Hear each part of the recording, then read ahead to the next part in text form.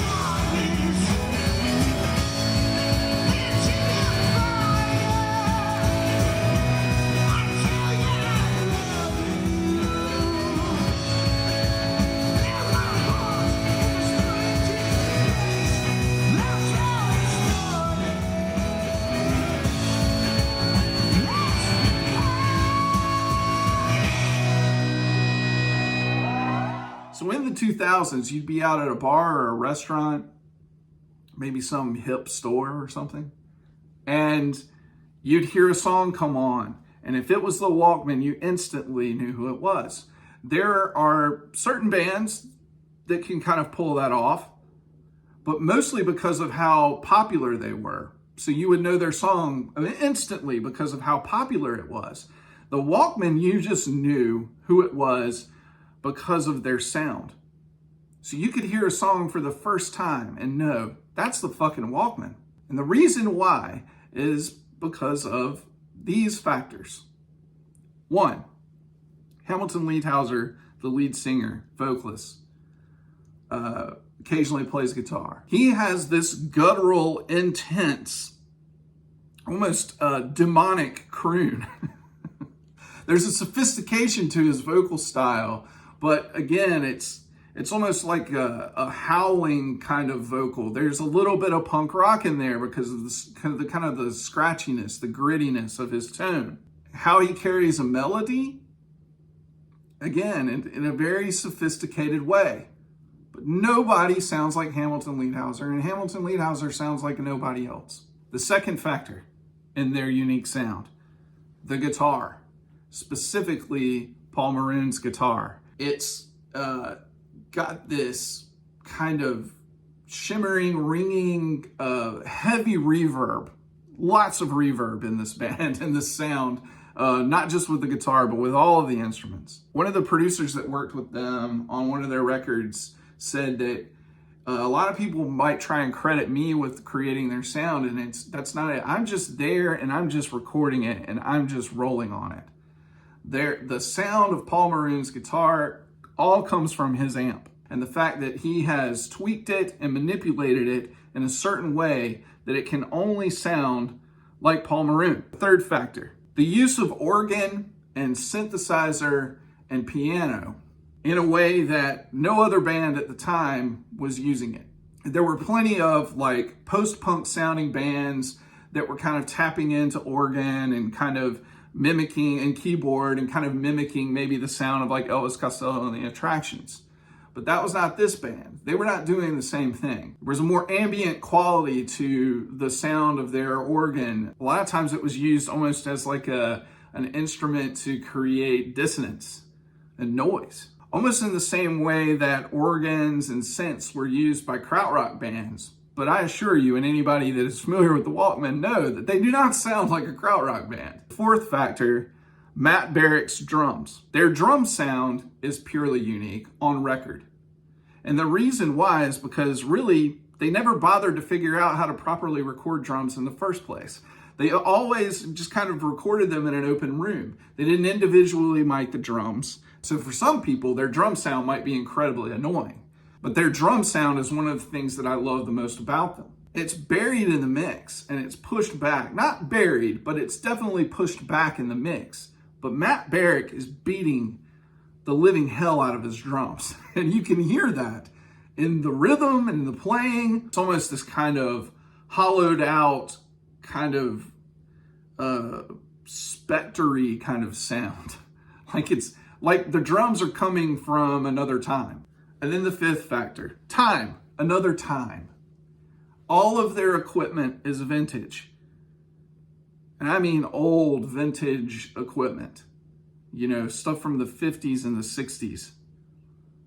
All their amplifiers, all of their guitars, their organs, the stand-up pianos, everything is vintage. A lot of their stuff, the first couple of times that I saw them around 2006, 2007, you would see their equipment come out on stage and their roadies would be setting up their equipment and it looked like it was just beat to fucking hell. Like it was just destroyed. And that is part of their sound. That's part of the charm of the band.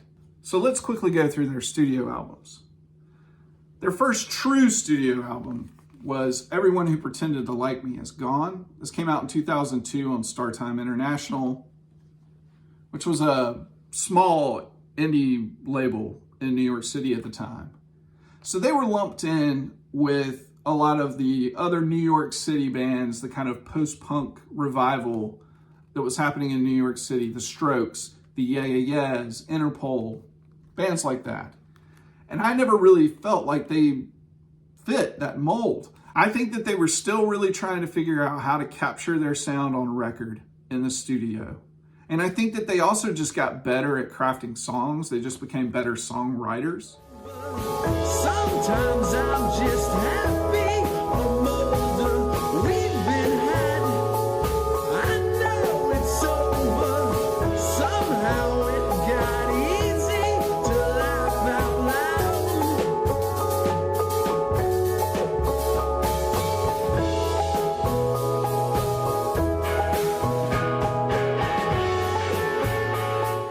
Their next album was a huge leap forward. Bows and Arrows, which came out in 2004. This is a fantastic record, and I think a lot of fans still kind of consider this their best record. It probably has their most famous song, The Rat. When they recently got back together and played live for the first time, they performed on the Colbert Show, and they chose The Rat. And there's a reason why. It's an incredible song, a blistering fucking rock song. So Bows and Arrows from 2004 is kind of the consensus cool pick, right, for their best record.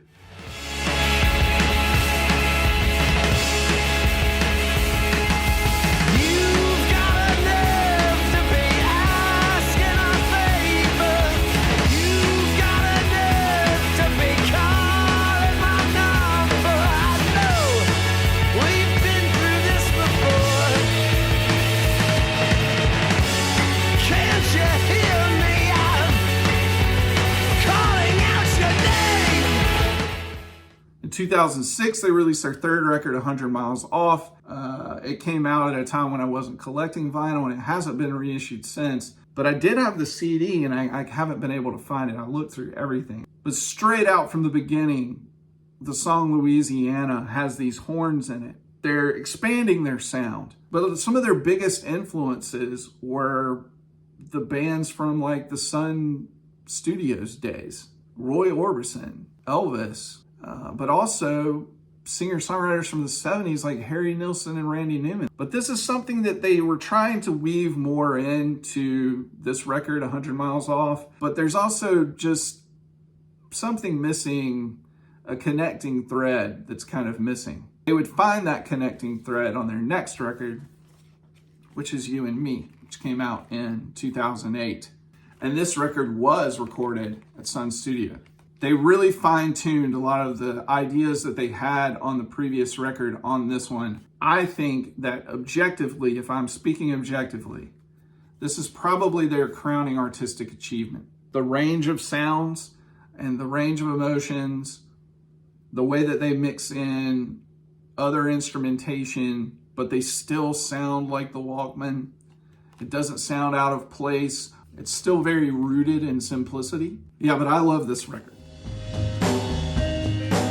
You will miss me when I am gone, but the happy music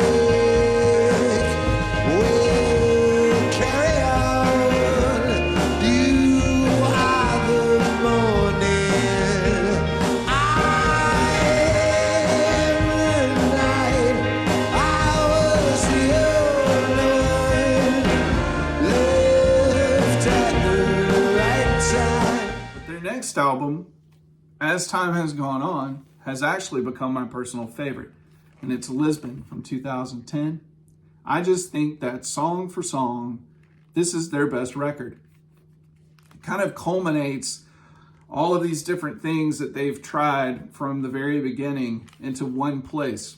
My favorite favorite Walkman song is on this record, Angela Surf City. And I think that anybody that might have jumped off the train at a certain point or got tired of the Walkman should revisit this record because it is absolutely fantastic. Still the flags snap in the wind. Still your name rings true. You took the high road.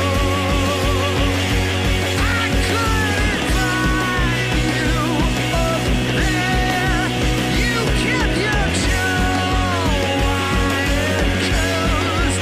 I never noticed before. I used to see the signs. Now I dream of the time I was holding on to you for like And then their last record, which came out in 2012, Heaven, which is good. It's got some good songs on it, some really good songs. I just think that they had done and said everything that they could say as a band, but this is still a really good record. This is kind of their cleanest sounding record. It's kind of the way to go out, you know? There they are with all their kids, fine young gentlemen. Dad rock. It was dad rock. I just think that the band, the Walkmen, deserve a little bit more notoriety and a little bit more credit. I think that they truly, really were one of the best bands from the 2000s just because they sounded so different and so, for the 1000th time, unique.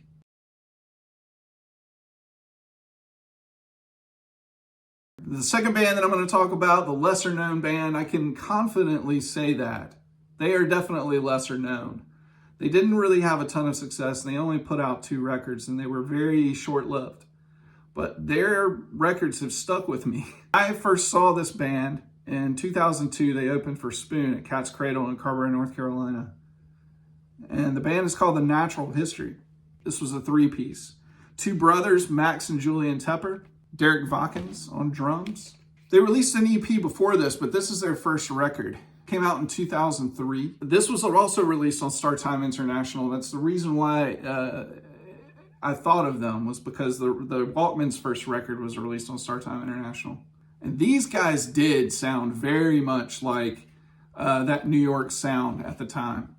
They very much sound like the kind of post-punk revival, a little bit of garaginess kind of thrown in there.